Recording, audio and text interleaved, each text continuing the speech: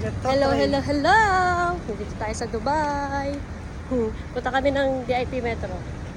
Magme-metro kami, papunta ng MOE. Tara at samahan nyo kami sa aming A Day in Our Life here in UAE. It's Sunday at nandito nga kami sa Dubai. Sumabay kami kay Mark papunta dito at binaba niya lang kami dito sa DIP Metro Station. First time nila mag-metro kaya tuwan-tuwa sila. Jumeirah Golf Estate. Hello! Sa metro kami. Hi! Against the light na kayo kasi maliwanag na. Ate El! How are you there, Ate El? Go! Na-enjoy. Buti nakapag-metro bago umuwi ng Pinas. Ano ba yan? Lalas eh. Nagkamali ka ba? Saan mo tinatap, ma? Sa itaas. Dito tayo pa, dito tayo pa. Hindi, Saan ka punta, mama? sa Mall of Emirates, Wow. Dubai. Ay, pumasok na si Papa. Ayaw mo na. Oh, no. I'm here. You know. Wow, ganda dito. Hello. Ang ganda. Okay na. We stay in the Starbucks. Inaagawan ako ng voice-over ng anak ko. And after namin nagstay sa Starbucks, pumunta kami dito sa food court para dito na lang mag-lunch. Sobrang nakatipid nga kami dito sa chiking. May lumapit kasi sa aming kabayan at binigyan kami ng discount voucher. At sakto lang din tong batang to, nagising kung kailan kakain na kami. Dito kami sa MOE food court.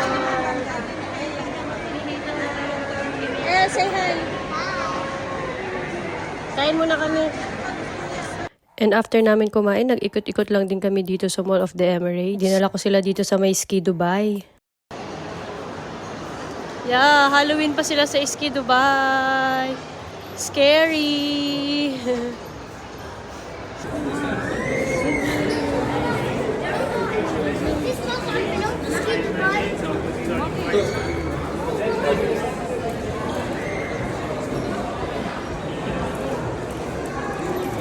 Spooky! Yeah, creepy! Oh, dami penguin ah. Iwan akong isa nakatulog na. At syempre, nagmerienda na kami dito sa may Cinnabon. Tumambay lang din kami saglit dito. Plano pa sana namin mag-ikot-ikot, kaya lang nagulat kami anong oras na. 4:15 na ata nito, ang mass 4:45. At hindi na rin talaga ako nakapag-video pagdating doon. Kaya after mass, dito naman kami pumunta sa may Riga. Kumain kami dito sa The Boil, dito na kami nag-dinner. At ganito lang din ang mga typical na araw namin pag Sunday. Puro kami gastos, charis. Sumasama lang din talaga kami papunta ng Dubai para makagala naman. And sinusulit na rin talaga namin yung mga weekends namin para maraming mapuntahan ang parentals dito sa UAE. Malapit na rin kasi sila bumalik ng Pinas. After the last man standing, Papa. Ang batang nagising, Isabel. Kumakain din. Nagising, baby, eh?